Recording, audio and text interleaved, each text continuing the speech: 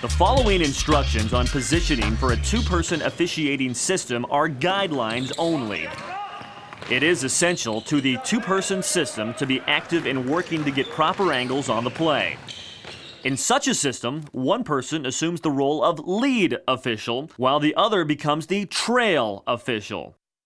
The lead official should assume a position about 4 to 6 feet off the baseline and should begin initially at a midpoint between the nearest free throw lane line to the nearest three-point arc. The lead shouldn't be in the space between the two lane lines, but can move anywhere from the three-point line to the nearest lane line to get better angles on plays. The trail official should assume an initial position near the 28-foot line on the opposite side of the court from the lead official. They are encouraged to move in an arc from center court down to the top of the three-point line to get better angles on plays. But the trail needs to remember to have the player with the ball between themselves and their partner. When it comes to court coverage, the lead official is primarily responsible for the area shaded here. In moving down the court, the lead official should look over the inside shoulder, watching players as they come down the court as well. Never turn your back on the players. One hits, 2 shots. The lead should also take a position to assist the trail official when a pressing defense is being used.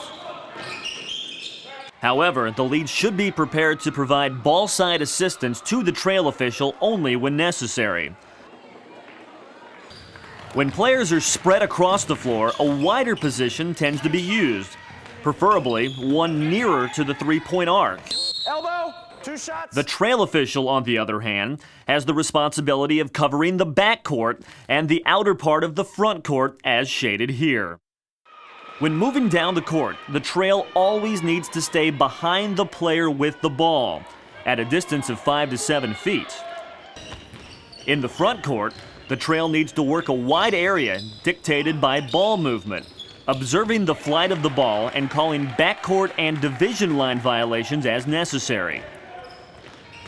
On a try or a tap, the trail official takes at least one step toward the near end line to be in position to observe goaltending, basket interference, and rebounding after the try.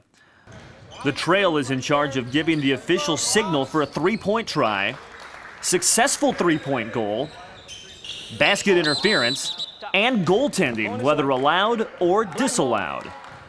What's more, they are normally responsible for giving the 5-second count when a player who is closely guarded is holding or dribbling in the front court.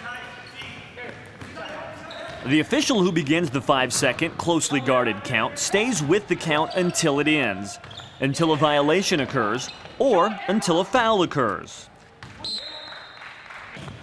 They should be sure to switch hands when going directly from one count to another. The lead and trail officials need to cover the sideline and end line nearest to them for violations, with the trail having the added responsibility of watching the division line. The term switches refers to dead ball situations where a foul has been called. Out of bounds. Officials should switch positions on every foul call. In other words, don't go back to where you were just standing. The term slides refers to movement after a violation, such as out of bounds, is called by an official. And the officials must move to new positions to administer the inbounds play. For example, if the trail official on the opposite side of the table called a traveling violation on the offense, the old lead official would slide over to administer the throw-in and become the new trail, while the old trail would slide down to the new lead position on the table side of the floor. This way, two officials don't occupy the same side of the floor at the same time.